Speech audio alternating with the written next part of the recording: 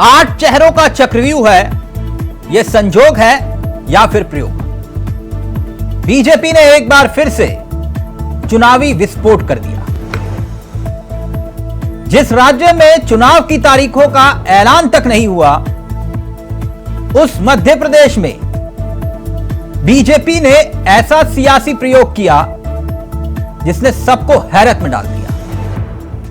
मध्य प्रदेश के 39 उम्मीदवारों की एक और लिस्ट बीजेपी ने जारी की। यह दूसरी लिस्ट है।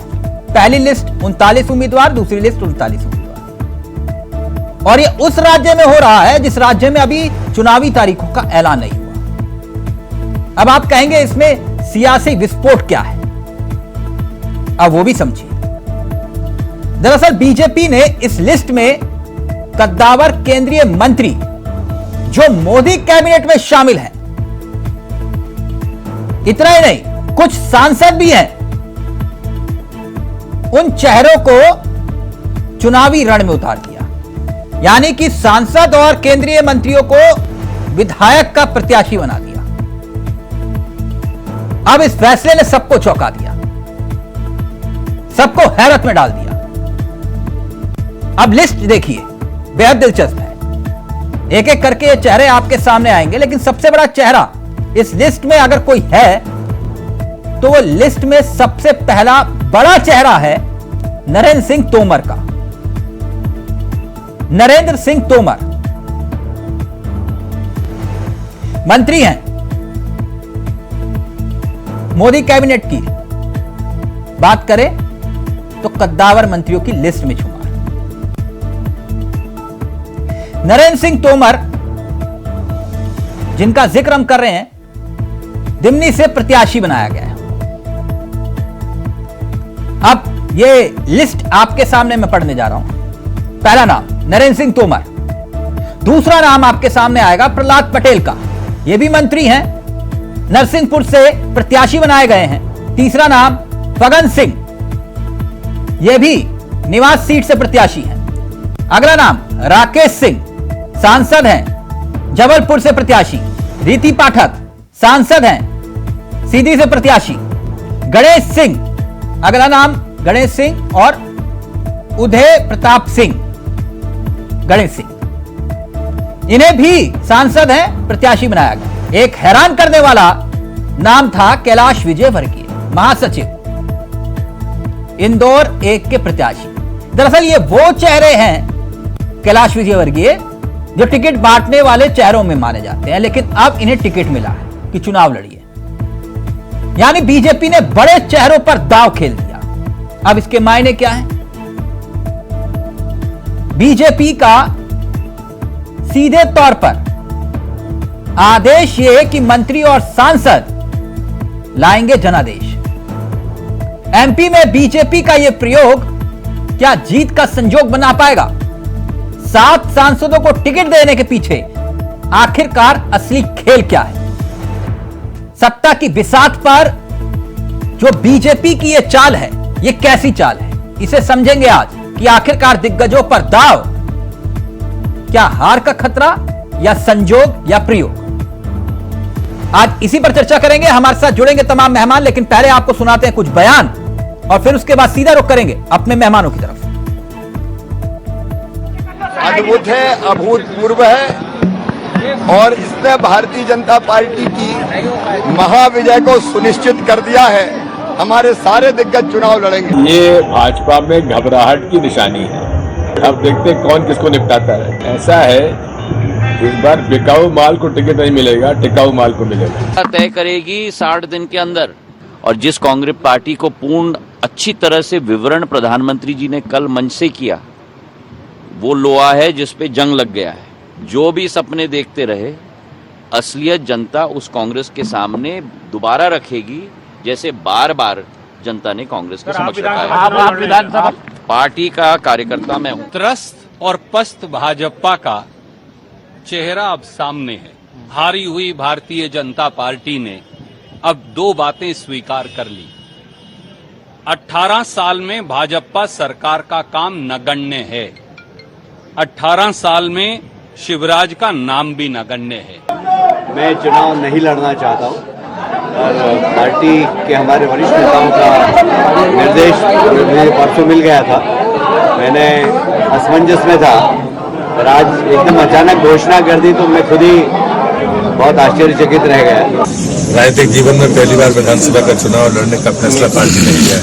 भारतीय जनता पार्टी की रणनीति आप हमेशा से देखते हो कि रणनीति में कार्यकर्ता की भूमिका पार्टी तय करती है। जी हमारा, हम लोग बार बार कहते हैं, कई बार आप लोगों को लगता होगा, लेकिन इससे साबित हो गया कि नहीं, पार्टी का कार्यकर्ता सारे लोग हैं, कोई मंत्री है, कोई सांसद है। तो ये चेहरे हैं जिन्हें चुनावी रण में उतारा गया है, और ये वो चेहरे हैं जो या तो मंत्री या फिर सांसद हैं, यानी कि दिग्गजों पर दांव लगाया गया है। और अब इसके सियासी मायने समझ में आ रहे हैं और उसे समझाने की कोशिश भाजपा कर रही है, मगर कांग्रेस ये कह रही है कि हार का डर अब साफ तौर पर दिखाई दे रहा है।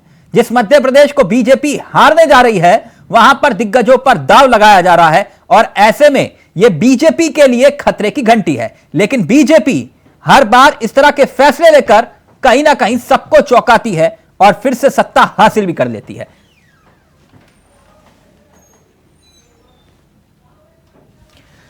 तो चलिए आज इसी मुद्दे पर चर्चा करेंगे। हमारे साथ जुड़ेंगे तमाम मेहमान। ये चार चेहरे आपकी स्क्रीन पर आ चुके हैं। हमारे साथ अश्वनी शाही जी इस कार्यक्रम का हिस्सा बन गए। बीजेपी के अनुभवी चेहरों में से एक हैं रत्नाकर सिंह, बहुत दिनों बाद कार्यक्रम का हिस्सा बन रहे हैं, आपका भी स्वागत है।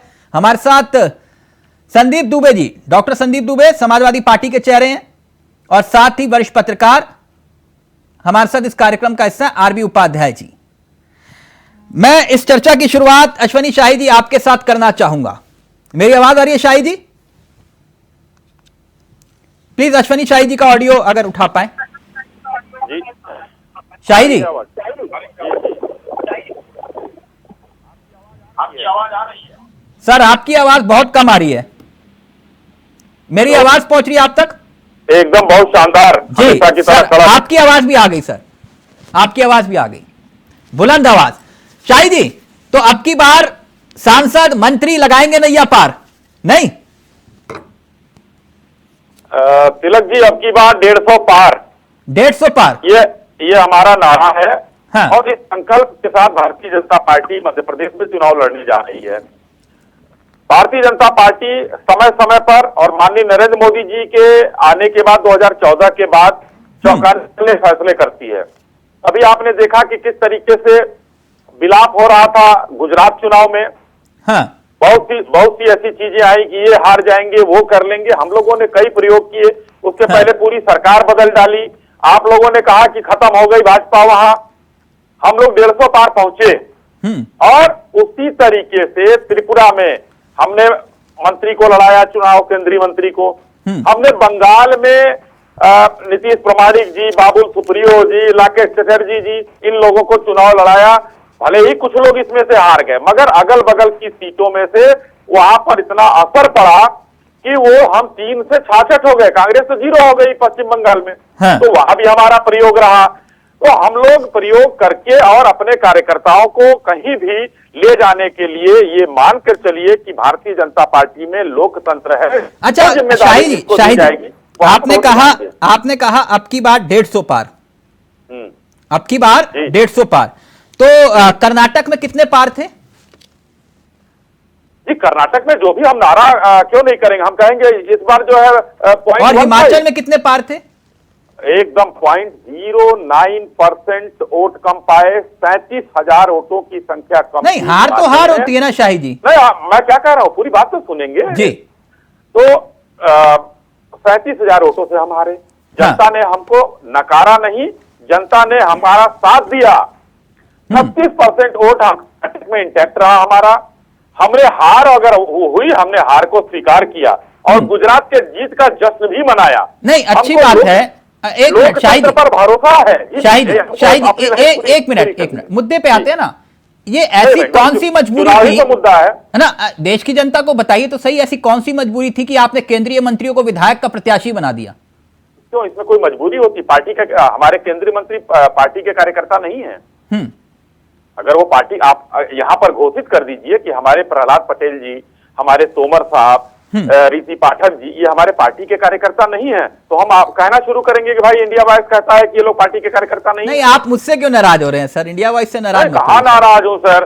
मैं तो इतना जानना चाह रहा था कि आपने अगर प्रत्याशी थी हाँ। जी, मैं एक बात जानना चाह रहा था शाही जी जी कि ये प्रत्याशी जो बनाया आपने, तो आपने तो कहा था ना मध्य प्रदेश में बहुत विकास हुआ है, तो फिर केंद्रीय मंत्रियों को चुनाव में उतारने का ये मतलब समझ में नहीं आया। जब आपने इतना विकास किया है, गली गली चौराहे चौराहे पर पकड़ पकड़ के रोजगार दिया युवाओं को, तो फिर ये केंद्रीय मंत्रियों को उतारना? तो अब क्या मीडिया यही तय करेगा कि हम किसको प्रत्याशी बनाएं किसको न बनाएं? नहीं सर, तय तो आपको करना है। हम बंगाल से पकड़ के तो नहीं लाए हैं उन लोगों को, वो लोग वहां के माननीय सांसद हैं, कैलाश विजयवर्गीय जी हमारे महासचिव, तो हम क्यों ना वहां चुनाव लड़ाएं भाई? हाँ। हमारे वो कार्यकर्ता है, हमारे यहाँ वो नहीं है, प्राइवेट लिमिटेड कंपनी नहीं है। हमको जो आदेश मिलता है, हमारे दल में लोकतंत्र जिंदा है। हम प्राइवेट लिमिटेड कंपनी नहीं है। हाँ।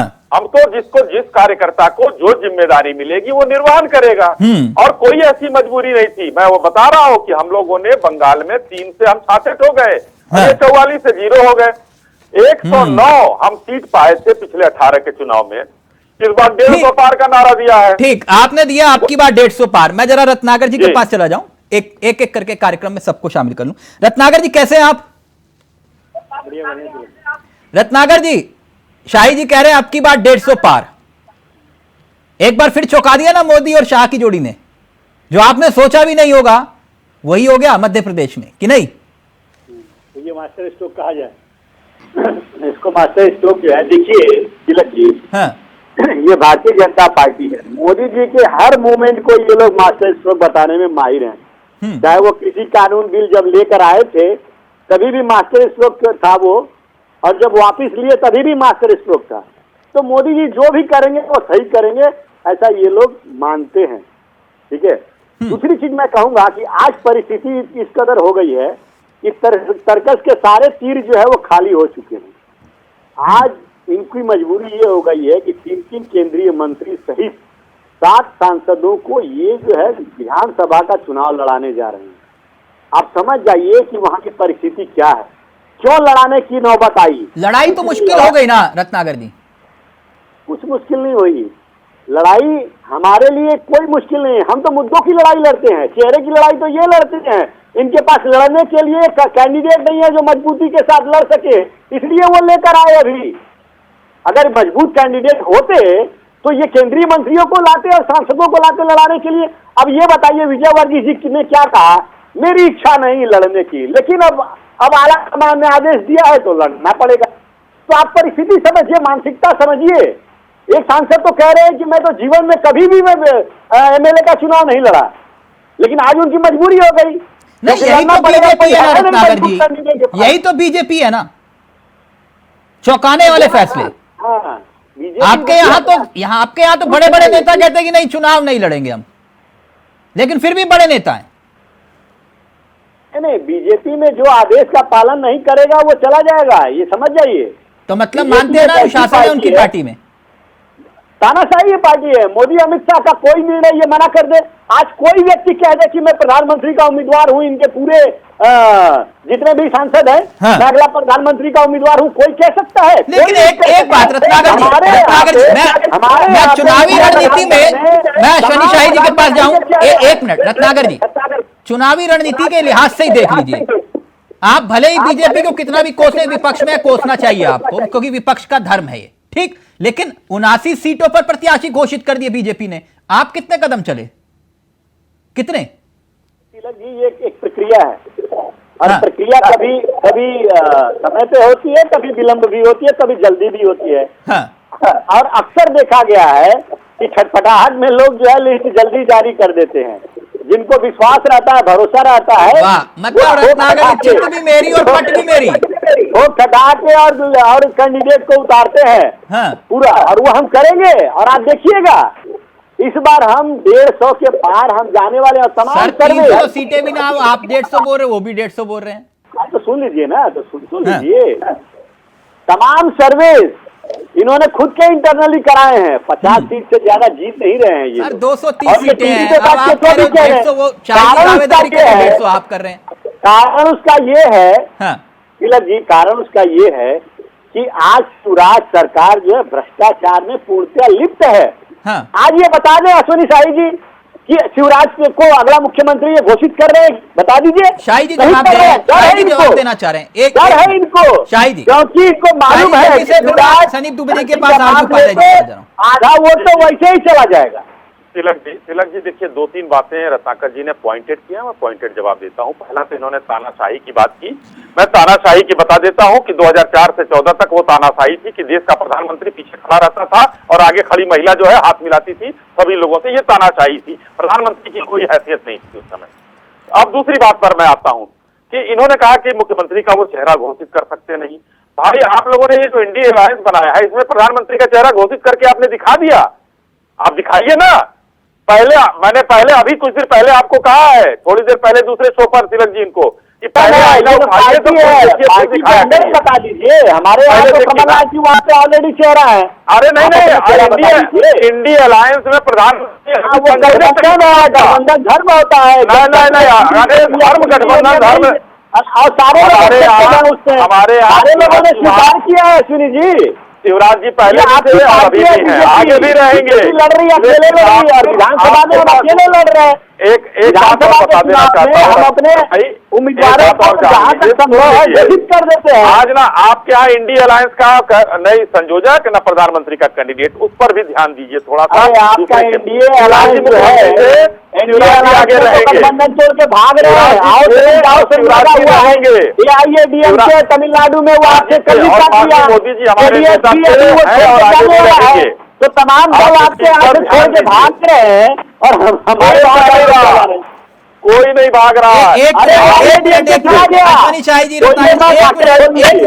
एक मिनट, मैं अपने पीसीआर सहयोगी से चाहूंगा, ये दोनों दिग्गज हैं, आपस में भिड़ेंगे, पूरा 1 घंटा निकल जाएगा। संदीप दुबे जी, मेरी आवाज आ रही है? तिलक जी, पहले तो मेरा नाम संदीप दुबे नहीं, doctor SK Dubey. SK Dubey, आप करेक्ट कराइए। मैं करेक्ट करवा देता हूं सर, मैं माफी चाहूंगा, गलत लिखा हुआ है, प्लीज दुबे जी का नाम करेक्ट करिए। दुबे जी, मैं इस चर्चा को आगे बढ़ाता हूं। एक बात मैं आपसे जानना चाह रहा था, आपसे थोड़ा प्रश्न हटके है, ये क्या वाकई आप लोग मध्य प्रदेश में चुनाव लड़ने जा रहे हैं?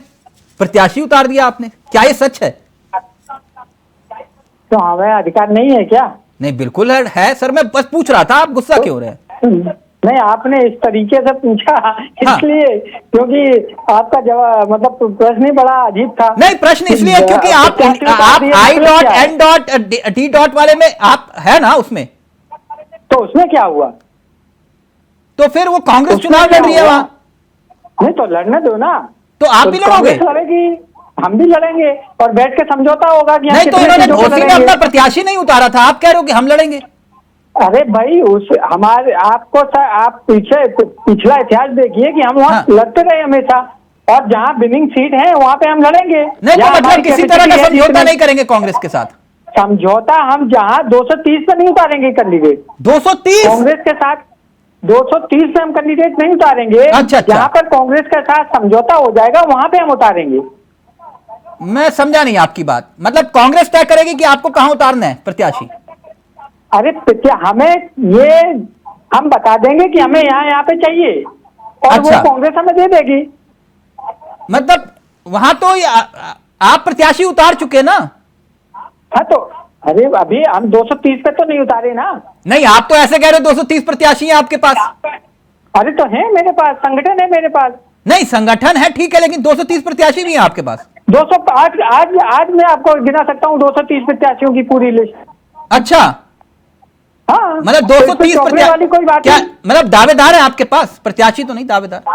अरे जब वही प्रत्याशी कहेंगे ना कि जो चुनाव लड़ने के इच्छुक हैं, हाँ। कि हमें चुनाव लड़ना है, तो आपने कांग्रेस से बिना बात किए आपने प्रत्याशी उतार दिए। अरे वही तो मैं बोल रहा हूँ कि जहाँ पर हमारी ऐसी स्थिति है कि हम चुनाव जीतेंगे, वहाँ हम प्रत्याशी उतारेंगे और वो कांग्रेस के साथ समझौता हो के साथ उतारेंगे। तो कांग्रेस उसमें एग्री होगी मेरे साथ। सर, कांग्रेस ने तो अभी तक लिस्ट भी जारी नहीं की, ना कोई आपकी बैठक हुई, मेरी जानकारी में नहीं। अगर आपकी जानकारी में तो आप जानकारी दीजिए। कांग्रेस अपने हिसाब से काम करेगी, हमारी पार्टी का हम अपने हिसाब से काम करेंगे। नहीं तो सर, घोसी में तो यही समझौता हुआ था ना आपका, तब आपने कहा था कि ये इंडिया की जीत है। नहीं तो अरे घोसी उपचुनाव अलग चीज है भाई। हाँ, आप उसको मध्य प्रदेश से कैसे कंपेयर कर सकते हैं? ठीक है, तो राजस्थान और मध्य प्रदेश, छत्तीसगढ़, तीनों राज्यों में ना? हाँ, तीनों राज्यों में। तीनों राज्यों में, यस। हाँ ठीक। रत्नाकर जी, कोई ऑब्जेक्शन तो नहीं आपको? वो तीनों राज्यों में प्रत्याशी उतारेंगे? एक छोटी सी प्रतिक्रिया देना चाहता हूँ। हाँ जी देखिए, जो इंडिया का गठबंधन बना है रूप से बहुत ही इंटैक्ट गठबंधन है, स्ट्रॉन्ग गठबंधन है, और वो टूटता नहीं है जैसा कि एनडीए अभी टूट रहा है।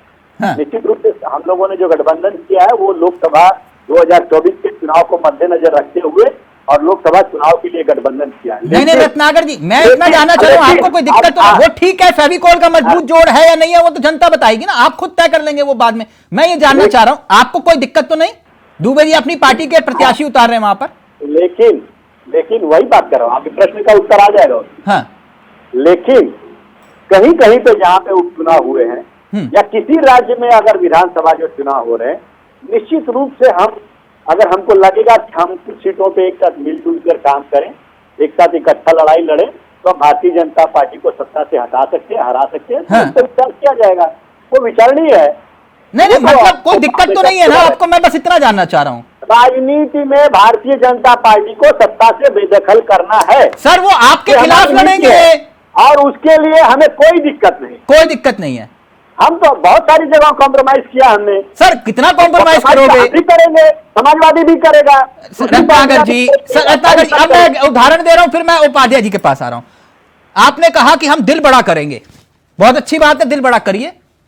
दुबे जी ने घोसी में भले ही आप लोग कहो कि इंडिया जीत गया, दुबे जी ने बागेश्वर उपचुनाव में अपने प्रत्याशी को उतार दिया, अखिलेश जी की पार्टी ने, और ऐसे राज्य में ऐसी सीट पर प्रत्याशी उतारा जहां पर मुख्यमंत्री की साख दांव पर थी, और प्रत्याशी वहां उतारा जहां इनकी जमानत जब्त हुई, उत्तराखंड में। और फिर भी आप कह रहे हो कि है ये ठीक है, लड़ना चाहे तो ठीक है, बहुत अच्छी बात है। खैर उपाध्याय जी जवाब दे देता हूं। आज एक मिनट जरा मैं उपाध्याय जी को चर्चा मिला, बहुत देर से वेट करें। उपाध्याय जी, ये कौन सी सियासी खिचड़ी पक रही है? मध्य प्रदेश से लेकर छत्तीसगढ़ और राजस्थान ये कह रहे हैं कि भैया हम तो प्रत्याशी उतारेंगे, बिल्कुल उतारना चाहिए, राजनीतिक दल है, संगठन है, फिर लेकिन इंडिया वाला मसला भी है, और वहां बीजेपी ने कहा कि दिग्गज उतारे रण में। देखिए, ये जो खिचड़ी है, हाँ, इसका स्वाद कुछ दिन में पता लगेगा। अभी सैक्रिफाइस कितना करेगी कांग्रेस?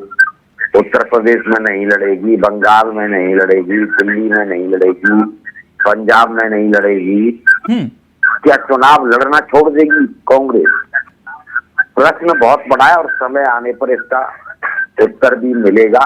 और जो आशंकाएं जाहिर की जाती हैं कि भी गठबंधन टूट जाएगा, सीटों के बंटवारे पे कहीं ना कहीं ये सब चीजें सिर्फ टब्बल देखने को मिलेगा।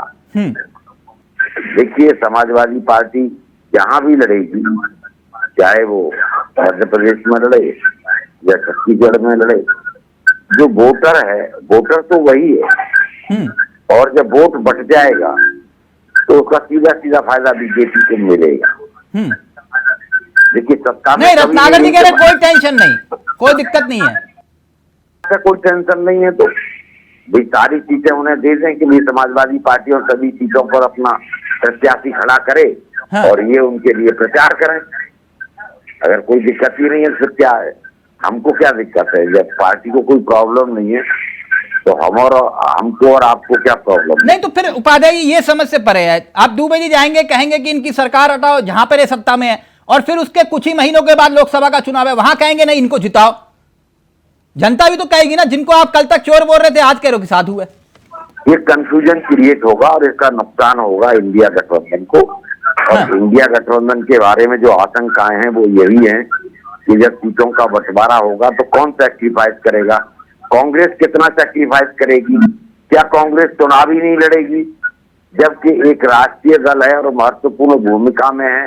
नैरेटिव जो बदला है वो भी कांग्रेस ने बदला है, जिससे कि विपक्ष में एक आवाज नजर आती है, और अगुवाई भी कांग्रेस कर रही है। तो चीजें बहुत सारी हैं चावला जी, ये चल रही है। तो ये जो बीजेपी ने सियासी दाव खेला, इसका क्या आपको लग रहा है, क्यों इस तरह से मतलब सांसदों को, मंत्रियों को चुनावी रण में उतार दिया? देखिए, हर पार्टी का अपना एक इंटरनल मामला होता है। बीजेपी को लगा होगा कि भाई अगर हम केंद्रीय मंत्री या सांसदों को उतारते हैं हाँ। तो एमएलए का चुनाव जीता जा सकता है। यानी जो एमपी जीता है, सांसद जीता है, उसको अगर एक पर्टिकुलर क्षेत्र में एमएलए का टिकट दे दिया जाए तो उम्मीद चांसेस ज्यादा रहते हैं जीतने के। लेकिन फिर यही कहूंगा कि जनता जनार्दन है, कोई स्वयंभू नहीं होता है। हाँ, ये जनता तो वही है और जो जनता का रुख है वो भी वही है। हाँ। तो वहां पर चाहे आप मंत्री को उतारिए, चाहे प्रधानमंत्री को उतारिए, जब जनता नाराज होती है तो फिर उसका कोई इलाज नहीं होता है। तो यानी आप ये कह रहे हैं कि नाराजगी को कम करने की कोशिश है। नाराजगी कैसे कम हो जाएगी? क्या मंत्री और प्रधानमंत्री को उतारने से कोई नाराजगी कम हो जाएगी? हाँ। जो विजुअल्स आ रहे हैं, स्मृति ईरानी का एक वीडियो वायरल हो रहा है कि वो छाती पीट रही हैं, भाषण दे रही हैं और सामने कुर्सियां खाली हैं, कुर्सियों को भाषण सुना रही हैं। तो ये जनता है। और देखिए, कल प्रधानमंत्री जी बोले तो उन्होंने एक ऐसे रेलवे स्टेशन का नाम ले दिया मध्य प्रदेश में जो एग्जिस्ट ही नहीं करता। अब जनता वहां ढूंढ रही है। ठीक, अश्विनी शाही जी रिएक्ट करना चाह रहे, फिर दुबे जी और रत्नाकर जी आपके पास आ रहा हूं। शाही जी, वो ये कह रहे हैं कि नाराजगी कम करने की कोशिश जरूर हो रही है लेकिन हो नहीं पाएगी। क्या यही वाकई में यही सबसे बड़ा? नहीं, अभी देखिए, आप और हमारे जो है उपाध्याय जी वरिष्ठ हैं दोनों लोग, और अभी जितना हम लोगों ने टिकट की घोषणा की है, देखिए पिछली बार हम 109 सीट जीते थे, ग्वालियर रीजन में हम कमजोर थे और सिंधिया जी इस समय जो है हमारे साथ हैं, तो ग्वालियर रीजन भी हमारा मजबूत हुआ है। दूसरी बात, अच्छा, कि जो हम चुनाव वहां लड़ रहे थे, अभी जो हम हारे थे, ये सारे दिग्गज उतार दिए तो सिंधिया जी को भी उतार देते सर। अरे सुन लीजिए सर, सुन लीजिए, पूरी जवाब नहीं सुनेंगे। तिलक जी, थोड़ा सा बोलने का मौका दिया कीजिए। वहां पर हम लोग जो है जितनी भी सीटें अभी जितना 39 दो बार उतारा गया, उसमें मैक्सिमम उसमें काफी सीटें ऐसी हैं जो हम हारे थे, कांग्रेस से हम हारे थे, वहां पर हम लोगों ने सीट उतारा है। और इस बार हमारा एकदम पूर्ण रूप से ये लक्ष्य है कि कांग्रेस को वहां से भी हराना है। इसलिए मैंने जो 150 पार का नारा की बात की, इसलिए किया। हमारे जो प्रत्याशी हैं, हमने 7 विधायकों को पहले वाली लिस्ट में भी बदल दिया था। हाँ। इस बार भी कई लोगों को बदला है। तो भारतीय जनता पार्टी ये काम करती रहती है। शाही जी, क्योंकि आप आंकड़े लेकर बैठते हैं और काफी अनुभवी व्यक्ति हैं, तो आपने कहा अब की बार 150 पार, तो 2018 का जो चुनाव हुआ था 230 सीटों पर, जरा देश की आवाम को बताइए कि बीजेपी ने कितनी सीटें जीती थी? 109। और कांग्रेस ने 114। बिल्कुल सही कहा आपने। लेकिन फिर भी सरकार आपने बनाई। सरकार कब बनाई हमने? जब सिंधिया जी ने बगावत की। मैं बस उसी बात को कहना चाह रहा हूं। हाँ। अभी आपने जो सवाल पूछा, दिग्विजय सिंह जी का बयान आया है ना, 22 विधायक भगवा रंग में रंगे थे, आपने सरकार बना ली। हाँ, तो इनके विधायक, ये अपने विधायकों को रोके। इन लोगों ने बहुजन समाज पार्टी के कितने विधायक को अपने में मिलाया था, ये जरा इनसे भी पूछ लीजिए। हाँ, इन लोगों ने क्या किया था? सरकार को मजबूत करने के लिए बहुजन समाज पार्टी के विधायकों को मिलाया था। हाँ, ये पॉइंट दिलचस्प है रत्नाकर जी। ये इस बात तो चलिए ठीक है, एक मिनट शाही जी, बहुत वैलिड पॉइंट दिया आपने। रत्नाकर जी, जो बात शाही जी कह रहे हैं कि भाई आप, चलिए ठीक है, आप कह रहे हो कि ये सर्वे देख लो, ये सर्वे देख लो, हमारी सरकार बन रही है, चलिए बन भी गई। इस बात की क्या गारंटी कि टिकाऊ सरकार दोगे आप? आपके तो अपने ही छोड़ के चले जाते हैं आपको, जिस राज्य में उठाइए वहां पर सब बागी घूम रहे हैं, और आप कह रहे हो कि नहीं सरकार हम बनाएंगे। बना भी दी तो क्या रोक पाएंगे बगावत? पहले मैं अश्विनी शाही जी का जवाब दे देता हूँ। ये बीएसपी के विधायक के बारे में बात करें, 2 तरह की चीजें होती हैं। एक तो सत्ता को हासिल करने के लिए जोड़ तोड़ करना, ऑपरेशन लोटस चलाना, पैसों का लेन देन करना, और एक होता है सत्ता को मजबूत करने के लिए अगर कोई विधायक जो है चाहता है कि सत्ता में शामिल हो। रत्नाकर जी, स्वागत है। रत्नाकर जी, ये बड़ी मतलब ये आप एक बात बताओ ना। रत्नाकर, चलिए मैं आपकी बात ऑपरेशन लोटस पे आ जाओ। एक मिनट सर, आप जवाब दे दीजिएगा ना। आपने ऑपरेशन लोटस का जिक्र किया, आपके ये सारे बिकाऊ हैं क्या? सारे बिकाऊ आप ही की पार्टी में? वो आपके प्रश्न का जवाब अगला वही देने वाला। हाँ, दीजिए ना।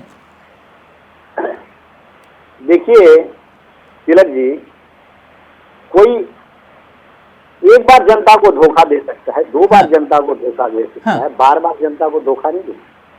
अच्छा, जनता ही जनार्दन होती है। अब नहीं वो तो सब मैं बगावत की बात कर रहा हूँ। तो कर दूं भैया, कहाँ बगावत नहीं है आपकी पार्टी में, कहाँ बगावत नहीं है? और फिर आप कहते हो ये ऑपरेशन लोटस चला रहे हैं। सुनिए, सुन लीजिए, आप ही के प्रश्न का जवाब दे रहा हूँ। कर्नाटक में भी इन लोगों ने हमारी ही पार्टी के नेताओं को जो बिक गए उनको तोड़ करके और सत्ता की मलाई जो है वहां पे क्या की, जनता ने क्या किया? जनता ने सबक सिखा दिया ना। पूछा कि आप ही के वैसे ही सिंधिया जी के जितने भी विधायक हैं वो इस बार जनता जो है उनको सबक सिखा देगी, क्योंकि जनता को मालूम है। अरे भाई, कि जोड़ तोड़ करके जो सरकार बनाई थी उस सरकार में भ्रष्टाचार के अलावा इन्होंने कुछ नहीं किया है। 50% भ्रष्टाचार की सरकार है वहां पड़ी है। अब बताइए तिलक जी, आयुष्मान भारत घोटाला आपने सुना ना? मध्य प्रदेश राशन कार्ड घोटाला हमने सुना था। राशन कार्ड को सरकारी सरकारी खजाने से पैसे उतारने का पैसा का घोटाला भी हमने सुना है।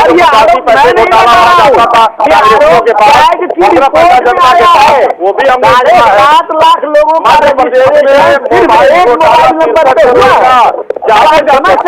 करके चले कमलनाथ जी।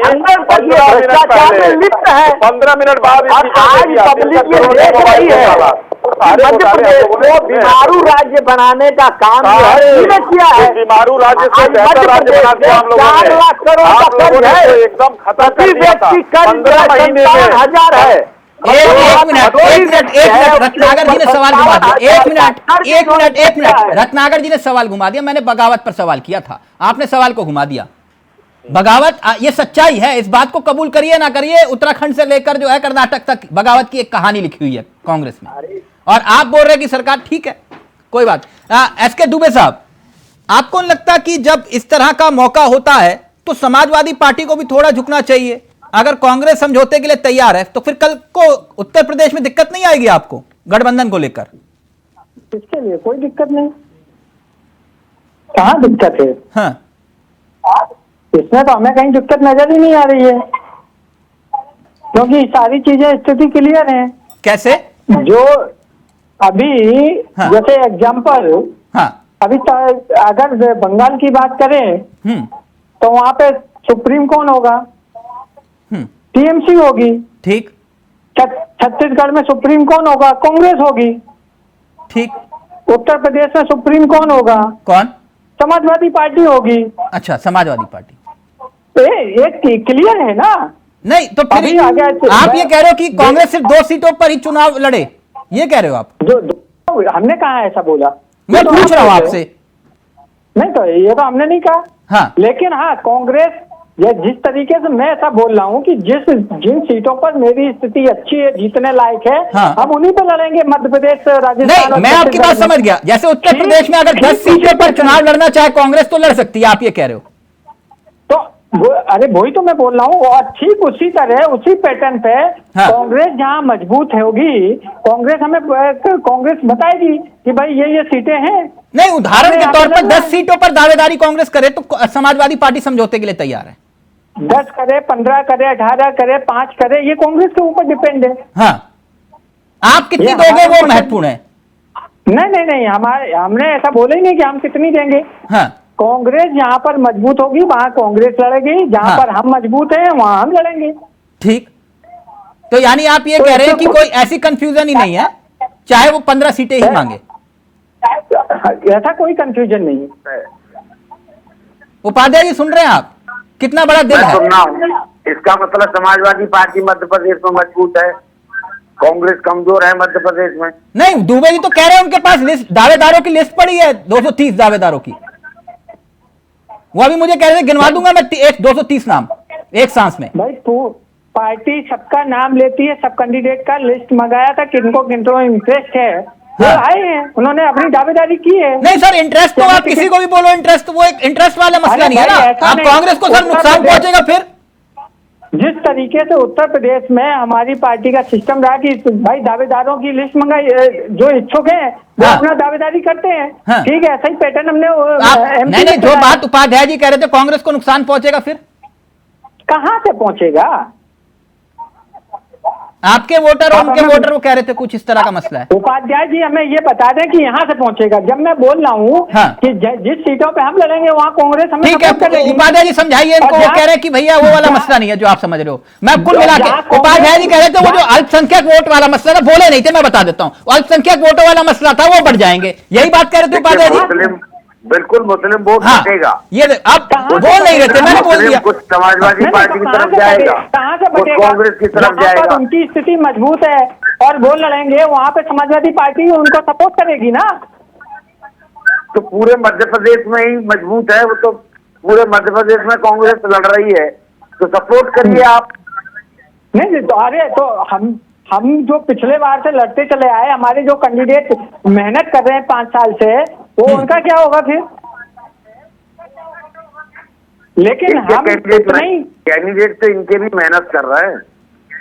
नहीं वो ठीक है, लेकिन ये समझौते में कंप्रोमाइज तो करना ही पड़ता है। नहीं तो समझौते में कांग्रेस क्यों कॉम्प्रोमाइज करे? नहीं अरे वो तो सबको ही करना पड़ता है ना। नहीं सबको आप कहां कर रहे हैं सर? बागेश्वर में आपने प्रत्याशी उतार दिया जाकर, आपके प्रत्याशी को 1000 वोट नहीं पड़े, आपने उनको हरवा दिया। नहीं कांग्रेस अगर बोलती कि भाई आप हटाओ तो हम हटा देते। अच्छा, कांग्रेस ने बोला ही नहीं। कांग्रेस ने नहीं बोला, मतलब कांग्रेस बोलेगी तभी प्रत्याशी। ये उपाध्याय ये समझ में नहीं आई, ये कौन सी खिचड़ी है?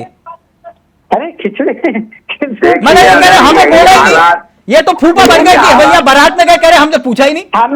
हमने तो यहाँ बोला था कि सारे लोग एक हो जाओ, जो हमें समर्थन करेगा हम उनके आभारी हैं। होता है या पूछते हैं किसी को? ये तो स्वविवेक होता है, अपने विवेक से सोचा जाता है कि भी इनका नुकसान होगा तो हमें नहीं लड़ना चाहिए। नहीं और इंडिया गठबंधन जैसे कांग्रेस के प्रवक्ता ने भी बोला है कि भाई ये एक नेशनल लेवल लोकसभा के लिए बनाया है, ठीक है। अगर विधानसभा में एडजस्टमेंट होता है तो बैलेंस, नहीं होता तो कोई बात नहीं। तो ऐसे तो बीजेपी भी लड़ती चली आई है दूसरी पार्टियों के साथ, 2-2 हाथ करती है। लोकसभा में एक रहती है, विधानसभा में अलग अलग होते हैं। लोकसभा के लिए समझ में आ गया उपाध्याय जी आपको? दुबे जी की बात समझ में आ गई? लोकसभा के लिए गठबंधन है, ऐसा घोषणा की है क्या?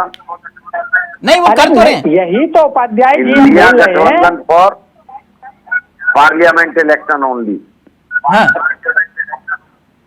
नहीं वो तो कर रहे हैं ना, आपके सामने कह रहे हैं लोकसभा वाला मामला अलग है, राज्यसभा वाला अलग। हमने राज्यसभा वाले में कोई डील नहीं की थी, राज्य के चुनाव में हमारी कोई डील नहीं हुई। विधानसभा, हाँ राज्य वाले चुनाव, उसमें कोई डील नहीं हुई, सिर्फ मसला वही लोकसभा तक है। हमने आपने भी देखा होगा, हमने तो ओपन बोला था कि हमें जो समर्थन करेगा हम उनके आभारी हैं। नहीं कहाँ आभारी हैं सर, वहां आप गठबंधन तो ठीक है ओके, लेकिन एक बात शायद जी प्लीज जल्दी से, फिर रत्नाकर जी आ रहा हूं आपके पास। बस मैं सिर्फ इतना ही कहना चाह रहा हूं कि जिस तरीके से दुबे साहब इतना जो है वो प्ली दे रहे हैं, बाजवा साहब ने क्या कहा है पंजाब के लिए 13 सीटों पर, अगर लोकसभा में है तो इनका गठबंधन इंडी अलायंस 13 सीटों पर हम लड़ेंगे। आम आदमी पार्टी कह रही है कि हम लड़ेंगे। यहाँ पर दिल्ली में आम आदमी पार्टी कह रही है कि हम लड़ेंगे। कांग्रेस के अलका लांबा ने तुरंत प्रेस से बाहर निकलने के बाद, मीटिंग से बाहर निकलने के बाद कहा था कि हम सभी सीटों पर लड़ रहे हैं। बंगाल में अधीर रंजन चौधरी जी कह रहे हैं कि भगवान भी नहीं बचा सकता इस गठबंधन को, टीएमसी को, गठबंधन की बात। अब आज जो है जो बयान आया है, तो मैं बयानों पर कह रहा हूँ कि कौन सा दुबे जी लोकसभा में कहाँ है आप जरा बता दीजिए। उत्तर प्रदेश में ये लोग 2% वोट से नीचे हैं, आप इनको सीट देंगे नहीं, वहां पर इनके तृणमूल के नहीं ऐश्वर्या जी आप दरार पड़वा रहे हैं, ये कह रहे हैं कि हम 15 सीटों पर कहेंगे, विचार करेंगे हम। आपके सामने दुबे जी ने कहा, भी दुबे जी यही कहा था ना 15 सीटों वाला। आप नहीं हमने ये नहीं कहा, ये आप बोल रहे हैं। अच्छा मैं बोल रहा हूँ, ये तो आप बोल रहे हैं तब से 15 सीट। हमने तो बोला जहाँ विनिंग कंडीशन में है, हाँ। वो बोलेगी कांग्रेस की हमारे यहाँ विनिंग कैंडिडेट हैं, हम जीत सकते हैं। वहाँ पर जब चर्चा होगी तब मतलब जिस राज्य में आपकी जमानत जब तो थी 70 सीटों पर 70 की, उस राज्य में जाके चुनाव लड़ रहे, कह रहे इन्होंने बोला ही नहीं। बहुत बढ़िया दुबे जी, ठीक है। और फिर उपाध्याय जी को समझा रहे हो आपकी वोट कैसे कटेंगे, ये भी समझा दो। यही बात आप उपाध्याय जी को कह रहे हो, समझा दो कि वोट कैसे कटेंगे कांग्रेस के। वो बता रहे हैं कि अल्पसंख्यक वोट आप काट दोगे। अरे भाई कैसे कट, जब हम उनको समर्थन करेंगे तब कैसे कट जाएगा वोट? तिलक जी, इन लोगों ने उत्तर प्रदेश में एक पीडीए लागू किया है। हाँ। उपाध्याय जी से प्रतिक्रिया चाहूंगा एक बार। उपाध्याय जी, पीडीए का एक फार्मूला लागू किया है अखिलेश जी ने। उन्होंने कहा कि पिछड़ा, दलित, अल्पसंख्यक। मुझे याद आ जाता है कि लालू प्रसाद यादव ने भी वो 90 के दशक में कहा था भूरा बाल साफ करो, भूमिहार, राजपूत, ब्राह्मण लाला साफ करो। तो पीडीए में अगड़े कहाँ गए? ये भूमिहार, राजपूत, ब्राह्मण लाला कहाँ गए? पीडीए में तो अल्पसंख्यक, दलित और पिछड़े हैं। यानी कि जो ये लोग चल रहे हैं, ये किस तरीके से चुनाव लड़ रहे हैं। आज समाजवादी पार्टी भी उतनी मजबूत उत्तर प्रदेश में भी नहीं है। कांग्रेस तो खैर 2% से नीचे है उत्तर प्रदेश में, नहीं कहना चाहिए। लेकिन अभी जैसा दुबे जी ने कहा, क्या बागेश्वर का चुनाव ये जीत रहे थे? ये जो कहे कि हम लड़ेंगे वहां, और उन लोगों ने घोषी में, क्योंकि उनका फिर शायद आ रहा हूं आपके पास। बोलिए रत्नाकर जी। देखिए, राजनीति में प्रयोग होते रहते हैं। हाँ। और कभी प्रयोग सफल भी होते हैं, कभी असफल भी होते हैं। हमने जो पिछला उपचुनाव हुआ था 7 सीटों पे, उस पे जो प्रयोग किया था हमने इंडिया गठबंधन का, उसमें 7 सीटों में 4 सीटें हमने जीती। निश्चित रूप से 1 सीटों पे जहां हमारा कोऑर्डिनेशन नहीं हो पाया था, वहां पे हम थोड़े मतों से हार गए। और वह चीजों भी हम लोगों ने डिस्कस किया, सारी चीजों को। तो अब आगे से हमको जो लोकसभा के लिए हमने जो गठबंधन किया है, अगर राज्यसभा में सीटों के अगर कोऑर्डिनेशन बनते हैं, तो निश्चित रूप से हम बैठ करके उस पर बात करके और नहीं रत्नाकर जी, एक मिनट प्रयोग रहेगा। आप मुझे करेक्ट करिएगा, शायद 31 या 1 तारीख को आपकी बैठक हुई थी गठबंधन की। 31 या 1 तारीख को बैठक हुई थी ना आपकी? 14 तारीख को। अभी 14 तारीख को हुई थी। नहीं, जो सब सारे इकट्ठे हुए थे एक छत के नीचे। जी 31 को। हाँ, उसके बाद सर 26 तारीख हो गई, अभी तक ना संयोजक ना कुछ ना बैठक। नहीं, मैं ये पूछ रहा हूँ तिलक जी कि ये लोग हमारे संयोजक, हमारे गठबंधन, हमारे घटक दलों के ऊपर इतना चिंतित क्यों है भाई? नहीं तो आप भी तो कह रहे हो कि इनका चेहरा बताओ, चेहरा बताओ। मतलब आप एक तरफ कह रहे हो चेहरा बताओ शाही जी को। बात सुन लीजिए, हमारे यहाँ संयोजक भी बन जाएगा, सीटों पे बंटवारा भी हो जाएगा, एक साथ चुनाव भी लड़ेंगे, हम जीतेंगे भी। ये अपने कुनबे को संभाले ना, रोज एक छोड़कर भाग रहे हैं अभी। अपने कुनबे को देखें तो कहीं न कहीं देखिए, ये जो है प्रयोग किया गया और ये सफल प्रयोग है। और जिस प्रकार लोकसभा के लिए ये प्रयोग किया गया है, निश्चित रूप से विधानसभा में जहां तक संभव हो पाएगा हम कोऑर्डिनेट करेंगे एक दूसरे से। नहीं, आप करिए। और केजरीवाल जी भी तीनों में मालूम है ना आपको, जहां पर वो कह रहे थे कि ये निठल्ला डरपोक कुछ इस तरह का बोल के आए थे आपके गहलोत जी के लिए, वहां भी वो लड़ रहे हैं। तिलक जी, मैं ऐसी बता दूं, हाँ, पार्टी के नेता जो होते हैं ना, वो निश्चित रूप से अपनी पार्टी के प्रति और अपने नेता के प्रति वो निश्चित रूप से ये दिखाते हैं कि हमारी पार्टी को लड़ना चाहिए, हमारे नेता को प्रधानमंत्री बनना चाहिए। लेकिन कहीं ना कहीं प्रधानमंत्री वाला मसला ही नहीं है ना। राजस्थान, छत्तीसगढ़, मध्य प्रदेश में केजरीवाल जी लड़ रहे हैं। मसला ये है कि गुजरात में लड़े तो शाही जी की बल्ले बल्ले हो गई। वही तो बोल रहा हूँ। हाँ। हमारे नेता कुछ कहते हैं, आम आदमी पार्टी के भी नेता कुछ कहते हैं, लेकिन निर्णय जो है शीर्ष नेतृत्व अध्यक्ष लेंगे। वो लोग बैठेंगे और वहाँ संभावना तलाशेंगे जीतने की। सर नहीं, एक मिनट फिर शायद ही आपके पास। उपाध्याय, जो बात रत्नाकर जी कह रहे हैं, एक मिनट उपाध्याय जी, जो बात रत्नाकर जी कह रहे हैं, क्या आम आदमी पार्टी ने गुजरात में जो अभी उदाहरण दिया, शाही जी ने कहा कि गुजरात देख लो, गुजरात में हमने कहा था, हमने करके दिखा दिया। ये नहीं बोला कि अगर आम आदमी पार्टी नहीं होती तो इतना आसान नहीं थी हमारे लिए जीत। आदमी पार्टी नहीं लड़ती, आम आदमी पार्टी का और कांग्रेस का दोनों का वोट जोड़ दीजिए तो जितना पिछली बार वोट मिला था कांग्रेस को उतना ही वोट होता है। हाँ। अब आम आदमी पार्टी लड़ी तो वोट बट गया और उसका फायदा बीजेपी को मेरा जो ऐतिहासिक जीत वहां पर हासिल की। अब देखिए, इसमें बीजेपी का क्या है? अब बीजेपी तो कह नहीं रही कि भी आप इंडिया के गठबंधन के सारे दल राजस्थान में लड़ेंगे, सारे दल मध्य प्रदेश में लड़ेंगे। तो ये तो इनको खुद फैसले लेने होंगे। कहने में बहुत अच्छा लगता है कि हम एक हैं, सब एक दूसरे को सपोर्ट करेंगे, जीतेंगे, बीजेपी को हराएंगे। अरे पहले अपने आप कांग्रेस कहीं वो पहलवान की तरह तो नहीं है जो घाव नहीं दिखा सकती। गुमचोट है, कहेंगे नहीं अरे कुछ नहीं हो रहा, कोई टेंशन नहीं, अंदर दर्द हो रहा है, लेकिन कहेंगे नहीं कुछ भी नहीं है भाई, सब ओके। नासूर बन जाता है चावला जी। हाँ। अगर आप दर्द को बताएंगे नहीं तो यही दर्द जानलेवा साबित हो सकता है। मान लीजिए मेरे हार्ट में दर्द हो रहा है और दिल नहीं धड़क रहा और मैं कहूँ कि मैं ठीक हूँ और कोई दवा न लूँ, कोई कार्रवाई नहीं करूँ, तो मैं इस दुनिया से चला जाऊंगा। हाँ, दिल में दर्द है, चेहरे पर मुस्कान है रत्नाकर जी के। नहीं, तो चेहरे की मुस्कान जब दिल ठीक नहीं है तो चेहरे की मुस्कान कितने दिन कायम रहेगी? हाँ, खैर कोई बात नहीं, कोशिश करनी चाहिए। लेकिन अश्वनी शाही जी, अब आते हैं मुद्दे पर। मैं एक बात आपसे जानना चाह रहा था। उदाहरण के तौर पर कमलनाथ का एक ट्वीट है। जैसे ही आपने ये लिस्ट जारी की, कमलनाथ ने एक ट्वीट किया। मैं अपने सहयोगी से चाहूंगा जरा प्लीज ट्वीट अगर प्ले कर पाए। कमलनाथ ने जो ट्वीट किया है वो क्या लिखते हैं, प्लीज म्यूजिक ऑफ कर दीजिएगा। इस लिस्ट में उन्होंने लिखा कि दूसरी लिस्ट पर एक ही बात फिट है, नाम बड़े और दर्शन छोटे। भाजपा ने मध्य प्रदेश में अपने सांसदों को विधानसभा का टिकट देकर यह साबित कर दिया कि भाजपा ना तो 2023 के विधानसभा चुनाव में जीत रही है और ना ही 2024 के लोकसभा चुनाव में। इसका सीधा अर्थ यह हुआ कि यह मान चुकी है कि एक पार्टी के रूप में तो इतना बदनाम वो हो चुकी है कि चुनाव नहीं जीत रही है। तो फिर क्यों ना तथाकथित बड़े नामों पर ही दाव लगाकर देख लिया जाए। अपने को दुनिया की सबसे बड़ी पार्टी कहलाने वाली भाजपा को जब आज यह दिन देखना पड़ रहा है तो उसको लड़वाने के लिए उम्मीदवार ही नहीं मिल रहे हैं, तो फिर वोट देने वाले कहां से मिलेंगे। ये शाही जी, ये ट्वीट किया है कमलनाथ ने, जिसका मैं जिक्र कर रहा था।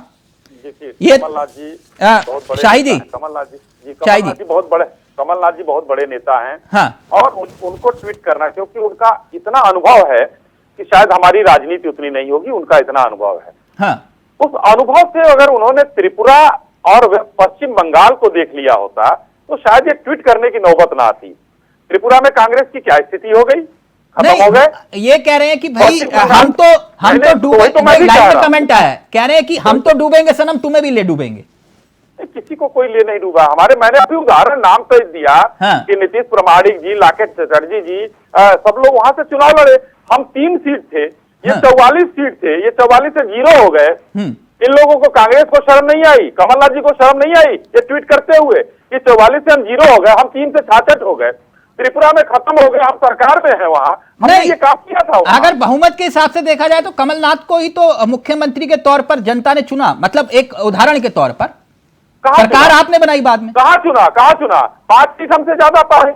हाँ, हम तो 5 सीट ही पीछे थे, इनको भी तो सरकार नहीं चुना। नहीं, सरकार तो चल रही थी ना मध्य प्रदेश में। हंग असेंबली आई, किसी तरीके से इन्होंने बनाया, बाद में उनको तोड़ने की कोशिश की बसपा के लोगों को। हाँ। और उसके बाद इन्हीं के लोग जो है वहां से इस्तीफा दिए, हमारे साथ आए, चुनाव जीतकर आज वो सरकार में है। हाँ। तो कमलनाथ जी को शर्म आनी चाहिए कि हमने पूरी सरकार उनकी गिरी, शर्म उनको आनी चाहिए। उनको ये ट्वीट करने के पहले शर्म आनी चाहिए, इसलिए आनी चाहिए कि त्रिपुरा का और वहां का उदाहरण दे रहा हूँ। अच्छा, एक बात, त्रिपुरा और गुजरात क्या दुबई जुड़े हुए? पूरा नहीं बोलने देंगे, पूरा नहीं बोलने देंगे प्लीज। जब ट्वीट आपने दिखाया तो उनको आईना भी तो दिखाने दीजिए हमको। हाँ, दिखाइए सर, आईना दिखाइए कि किस तरीके से हमने भूपेश भाई को जब वहां बढ़ाया तो क्या कह रहे थे ये लोग। यही लोग हैं तुष्टिकरण वाले, जो एक बंद कमरे में इनका एक वो वीडियो जो आया था मुसलमानों को कैसे न वोट नहीं दोगे तो हम हार जाएंगे। यही कमलनाथ जी हैं, यही कमलनाथ जी हैं। 84 के दंगों के इनके ऊपर आरोप लगे थे, यही कमलनाथ जी हैं कि जो वहां पर अभी इस्तीफा देने के 15 मिनट पहले 63 करोड़ का मोबाइल घोटाला किया इन्होंने, आदेश जारी किया 63 करोड़ का। तो ये लोगों को ये करने की घबराहट है कि कांग्रेस के बड़े वरिष्ठ नेता हैं और ये घबराहट है कि इनकी घबराहट में ये अपने कार्यकर्ताओं में जोश फैला रहे हैं। हमारे कार्यकर्ताओं में जोश। मुद्दे पर आते हैं शाही जी, आपने आईना दिखा दिया। एक मिनट, मुद्दे पे आते हैं। आपने आईना दिखा दिया। मैं एक बात जानना चाह रहा था कि देश के प्रधानमंत्री पूरी तरह से चुनावी मूड में आ चुके हैं। मध्य प्रदेश, छत्तीसगढ़ और राजस्थान, ठीक एक के बाद एक चुनावी रैलियां कर रहे हैं, एक के बाद एक चुनावी रैलियां कर रहे हैं। अब मध्य प्रदेश गए थे देश के प्रधानमंत्री, आपने वो बयान सुने होंगे देश के प्रधानमंत्री के। देश के प्रधानमंत्री ने मध्य प्रदेश में करीब 51 मिनट का भाषण दिया। कितने सर? 51 मिनट का भाषण दिया। 44 बार कांग्रेस का नाम लिया। वाजिब सी बात है, कांग्रेस विपक्ष में है। 44 बार उन्होंने कांग्रेस का नाम लिया। राज्य में आपकी 18 साल से सरकार है प्रभु राम की कृपा से, एक बार भी शिवराज जी का नाम नहीं लिया। सर वजह जान सकता हूं? इसमें नाम लेने में क्या है? क्या वो मुख्यमंत्री पद से हटा दिए गए हैं या उनको बर्खास्त कर, नाम नहीं, नाम वो मंच पर मौजूद थे। और आप भाषण के शुरुआत में ही देखिए, शिवराज जी का नाम उन्होंने लिया, कह रहे एक बार भी नहीं लिया। मैं शुरुआत की उनके नाम से शुरुआत किया, वहां कहा, कौन से भाषण में उनका नाम लिया, जरा सुनवा दीजिए हमको। शाहिदी जी, उन्होंने तो योजनाओं का नाम तक नहीं लिया शिवराज जी की। देश के प्रधानमंत्री ने योजनाओं तक का नाम नहीं लिया। देश के प्रधानमंत्री अगर केंद्र सरकार की योजनाओं का नाम ले रहे हैं, अपनी गारंटियों की बात कर रहे हैं, हाँ। राम मंदिर हमारे एजेंडे में था, 3 तलाक हमारे एजेंडे में था, 300 एजेंडे में था, जनधन अकाउंट हमने इतने खोले, ये आयुष्मान जो है वो किया, तकरीब 3.5-4 करोड़ राशन कार्ड नहीं बनवाए उन्होंने जो किया वो कहा। अच्छा, मतलब राज्य की योजनाएं नहीं गिनवाएंगे आप? राज्य की योजनाएं तो सबके सामने ही है। अच्छा, तो मतलब शिवराज जी के उपलब्धियां नहीं गिनवाएंगे आप? नहीं, क्यों नहीं गिनवाएंगे, उनको तो जनता देख रही है। शिवराज नहीं तो देश के प्रधानमंत्री तो बताएंगे। वहाँ के बच्चों के मामा ऐसे ही नहीं है, जितने दुल्हने हैं वहाँ पर, हाँ। लड़कियों के लड़कों के मामा। आज तक किसी मुख्यमंत्री के लिए मामा शब्द या चाचा शब्द सुना है आपने? हाँ, तो आपकी बार 150 गुलाब का फूल लगवा के चाचा कहलवाने का वो था, अभी तक तो ऐसा नहीं देखा। लेकिन मामा नहीं शाहिद जी, मैं आपकी बात समझ गया। आपकी बात 150 पार ना, जो आपने कहा, आपकी बात एकदम 150 पार, आपकी बात 150 पार। तो आपकी बार शिवराज सरकार? अब ये तो संसदीय बोर्ड तय करेगा। क्यों? हमारे यहाँ लोकतंत्र है। नहीं, लोकतंत्र तो है, आपकी बार शिवराज सरकार नहीं। प्राइवेट लिमिटेड कंपनी नहीं है ये तो। नहीं, मैं आपकी शाहिद जी 15 सालों से सबसे ज्यादा मुख्यमंत्री बनने का रिकॉर्ड है उनके नाम पर, तो आपकी बार शिवराज सरकार नहीं? अब मैं नहीं, बड़ी बात कैसे कर सकता हूँ? सबका प्लीज, रत्नाकर जी आऊंगा आपके पास। शाहिद जी कुछ कहना चाह रहे हैं। शाहिद जी, मैं मुख्यमंत्री तय करने वाला हूँ, संसदीय दल हमारे यहाँ बैठता है जो तय करता है। तो मतलब शिवराज जी चेहरा नहीं है मुख्यमंत्री का? ये किसने कहा? सर आप ही तो हिचकिचा रहे, कह रहे आपकी बार शिवराज सरकार ना 150 पार। मैं कहा कर रहा हूँ। हाँ, ये चुनाव होने दीजिए, उसके बाद विधायक मिलकर शिवराज जी को चुनते हैं या हम। अच्छा, अभी शिवराज जी तय नहीं है, ये विधायक चुनते हैं और हमारे चुनते हैं। अच्छा, एक बार अश्वनी, चलिए ठीक है, आपने कहा भी शिवराज जी का नाम तय नहीं है। आप जयपुर भी गए? ये आपने कहा। नहीं सर, मैं आप बोलेंगे तो मैं आप बोल दीजिए आपकी बार शिवराज सरकार, तो मैं अभी मान जाऊंगा। बस मैं कह रहा हूँ आपकी बार भाजपा सरकार, शिवराज सरकार। नहीं, चुनाव लड़ने ये तो आप मीडिया नहीं तय करेगी, ये लोकतांत्रिक व्यवस्था है। सर मैं थोड़ी ना तय करूंगा, तो आपसे पूछ रहा हूँ, आपका नारा था बैठक होगी। मैं तो बता रहा हूँ, बोर्ड की बैठक होगी, जो विधायक तय करेंगे, अभी तक तय कर रहा है शिवराज जी को, फिर तय करेंगे उनको, फिर वो मुख्यमंत्री होंगे। नहीं तो शिवराज ही मुख्यमंत्री होंगे ना? अब ये आप कहिए ना, अब ये तो विधायक दल की बैठक के बाद होगा ना। अच्छा, अभी मतलब अभी तय नहीं है। ओके, एक बात और आ रहा हूं उपाध्याय जी आपके पास। फाइनल, ये जयपुर में भी देश के प्रधानमंत्री गए, लेकिन वसुंधरा राजे का नाम तक नहीं लिया। छत्तीसगढ़ गए तो रमन सिंह के चेहरे का जिक्र नहीं किया, तो वहां भी अभी तय नहीं है। तो क्या मीडिया अपने सूत्रों पर चलती है या कयास लगाती रहेगी? अरे भाई, पार्टी हम लोगों को चलाने दीजिए, आप प्रधानमंत्री से मुख्यमंत्री और वो मत बनवाइए, कयास लगाते रहिए, सूत्र लिख कर चलाते रहिए आप लोग।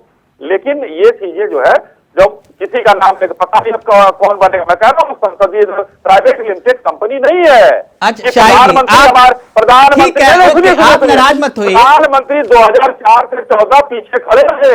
ये जो इन्होंने घोटाला, सोनिया जी कहीं ऐसा तो नहीं है शाहिद जी, कहीं ऐसा तो नहीं है कर्नाटक में जैसे इन्होंने घोटाले का जिक्र किया था, कांग्रेस ने जब आप ये लिस्ट जारी कर रहे थे, घोटाला शीट जारी की थी, घोटाला शीट, कहा था कि ये घोटाले किए हैं। आपने कहीं इसी वजह से तो शिवराज जी का नाम। ये बताइए, कांग्रेस की सरकार गई तब से कोई पेंटिंग नहीं बिकी दूसरे की बनाई हुई। वहां ममता जी पेंटिंग बनाती हैं और 3 लाख के कमरे में रह रही हैं, पता नहीं कौन से देश गई थी। वो पेंटिंग बनाकर गमले में गोभी उगाने के बाद जेल चले जाते हैं लोग। रत्नाकर जी, घोटाले तो आप नहीं कह रहे हैं, और फिर उपाध्याय 10 सेकंड आपके दूंगा जल्दी से। रत्नाकर जी वो कह रहे हैं आपकी बात 150 पार, लेकिन उन्होंने शिवराज का जिक्र नहीं किया। हाँ, वही मैं कह रहा हूँ कि ये 2024 के चुनाव के लिए अब की बार मोदी सरकार कह सकते हैं। वहाँ पे भी तो वो संसदीय दल का नेता चुना जाता है, सांसद चुनते हैं अपने दल का नेता। तो वहाँ पे तो आप कह रहे हैं कि अब की बार मोदी सरकार, फिर से मोदी सरकार, और यहाँ पे अब की बार शिवराज सरकार कहने में कतरा क्यों रहे भाई? कारण उसका एक ही है, क्यों नहीं योजनाओं का नाम गिना पाए, क्यों नहीं शिवराज सिंह का नाम लिए? क्योंकि शिवराज सरकार भ्रष्टाचारी सरकार हो गई है, भ्रष्टाचार से युक्त तमाम भ्रष्टाचार है। उपाध्याय जी, देखो, फाइनल कमेंट भ्रष्टाचार आपका। हमने कराए हैं इनके। फाइनल कमेंट आपका।